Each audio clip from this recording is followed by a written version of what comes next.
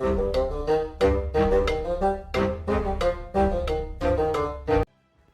welcome to the Creaky Kudos on a Monk, and today, yes, we are in Age of Mythology Retold. Now, today's video is going to be about the Atlanteans. Now, we've already covered the Norse, and now we are covering the Atlanteans.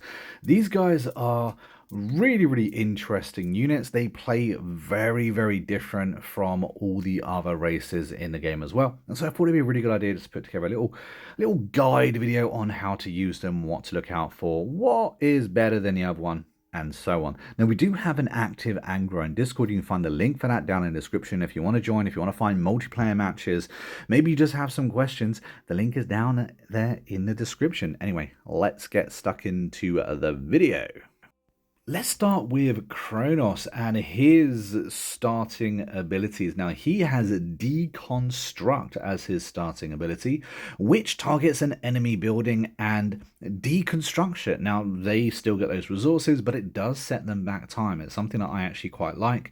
It can be used really interestingly. Now, we've also got Temporal Chaos, and we've got a few buffs in using Temporal Chaos. We will get into that a little bit later. They all have this kind of ability where you can essentially time shift buildings. Again, we will talk about that a little bit later.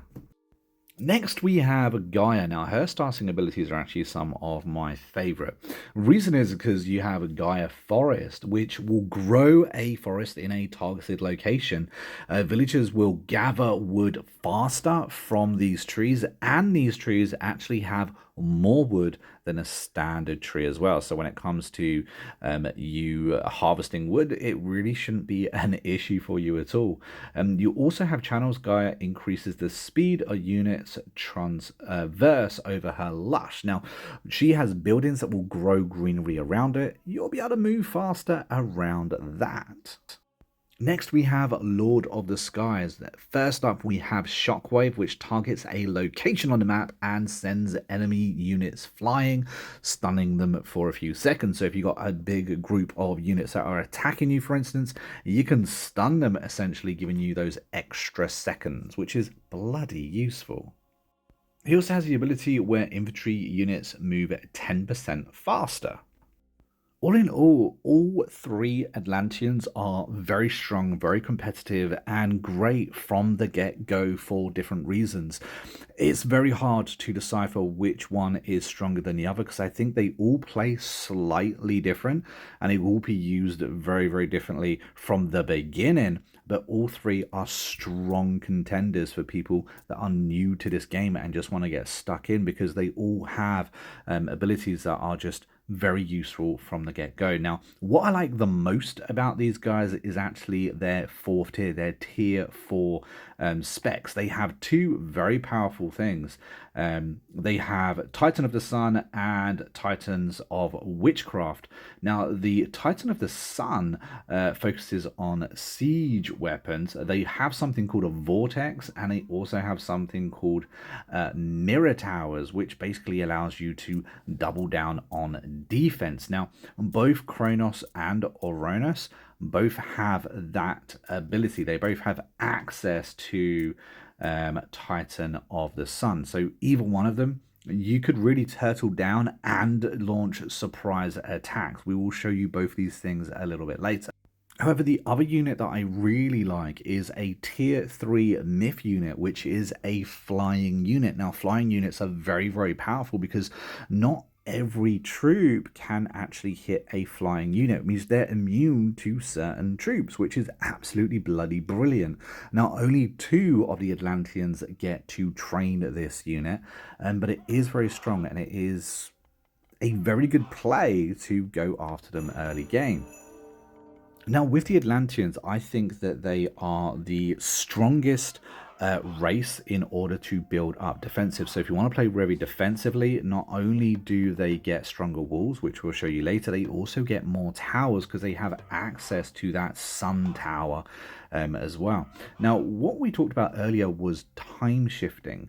They have the ability to move buildings across the map, pre-constructed buildings across the map, which I think's just brilliant. Even if you want to go for attacking the enemy, you want to be more aggressive, you can move your towers, your defensive towers, into positions around the enemy settlements, which I just think is blinding. Be warned though, time shifting takes time. It's not something that happens in a snip of the fingers. When it comes to faith collection, it is oracles that collect faith. They have to be apart from each other. If they are in the same radius, then they are only count of one. But for the more oracles you have, the more faith you will generate. You can have as many as 10 oracles on a field at any one time, and you can turn them into heroes. Hero oracles can pick up artifacts and will generate faith quicker than a standard oracle. And this is one of those mechanisms that have changed from the original game. So some people may be a little bit confused on how to gather faith as an Atlantean. Well, now you know. Now, as we mentioned earlier, the Atlanteans have the ability to build more towers. They can build a mirror tower, which basically focuses the sun energy. It does an increased amount of damage, so it does more damage than a standard tower. However, it does have the same health, but it does mean you can have up to 25 towers in your game, which, if you ask me, is a bloody lot.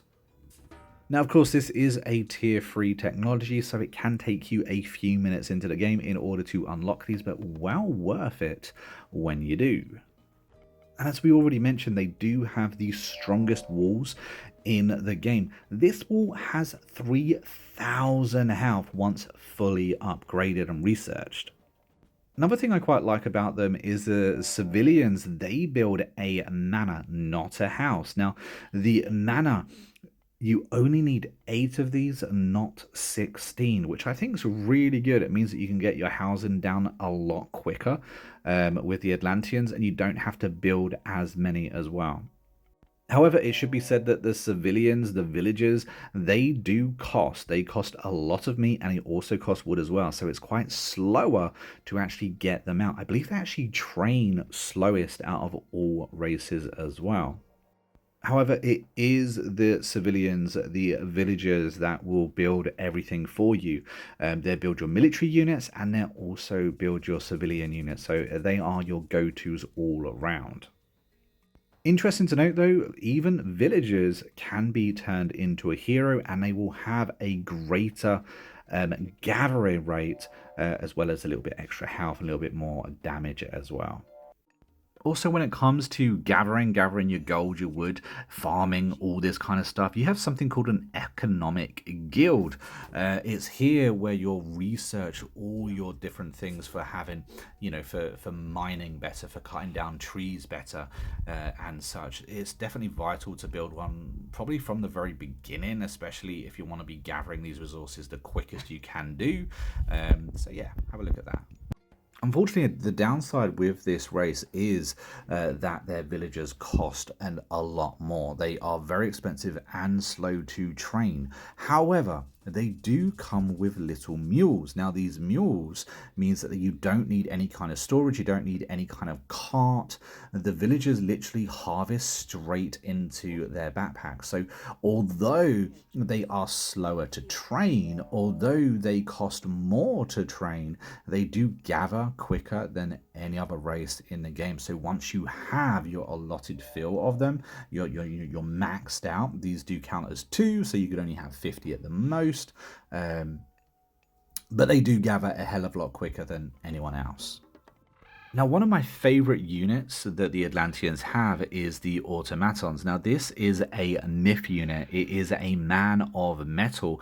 It can actually repair itself and each other. These are great against human units. They have a pretty decent amount of health considering, and I just really like them. I actually think they got like a amazing upgrade on their original form in Age of Mythology. So it's nice to see them looking all awesome. like I said, they're a really strong myth unit, great against humans, and the best thing about them is when they're damaged, they actually go about healing themselves. So these units can stay around with you for a long time. Now, one of the strongest abilities, I believe, in the game actually comes at level 4. It's one of your biggest god powers. It's only available with Oranos, the Lord of the Skies, and that is the Tartan Gate. Now, this thing opens up a gate to the underworld, and it leashes creatures hostile to all. That bit's the most important bit, because this thing stays open. It has a lot of hit points and it stays there until it is destroyed. And the things that jump out of this pit, it kills you as well as the enemy. Now, I used a bird to get sight into the enemy compound, and I summoned it right there and then.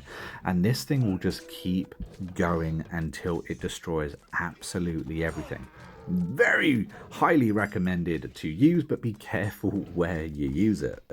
Now, as I said, the birds in this game, the flying units in this game in general, are just very, very strong. The fact that the Atlanteans actually have access to these are really, really strong. Again, it's a reason why I think Gaia and Lord of the Skies are my top choices, because they have these flying units. Now, they are mythical units, but like I said, they are flying units. They have a decent amount of health, and they have a decent amount of attack as well. The rate of attack that they have is also pretty good, so they can do some pretty decent damage. And as you already saw, they are a unit that I like to just scout the map with, open up areas so that way I can use my god powers with as well. And as we're talking about god powers, if we take Atlas, we have something called Implode. Now, this is again a very, very strong god power. It targets a location and deals massive damage to units and to buildings. It is more powerful when cast near a larger number of units. It deals a lot more damage actually. If you was to use this amongst an army, you're pretty much killing everything there. I'm going to use it in a town center, and it's going to still do a tremendous amount of damage. It will severely cripple any city that has been made, and is just a great power. Again, another reason why the Atlanteans are so good. They are very diverse, and they pretty much have 3 very top range powers that you can use against anyone. Now, I did just say 3 powers, right? Now, one of the powers I think is really underrated is called Vortex. Now, you can get Vortex both as Kronos, and you can also get it as Oranos as well.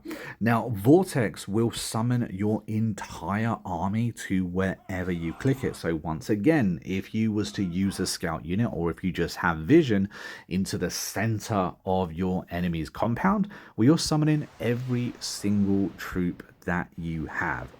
It's brilliant. The one thing I would note though is that it does not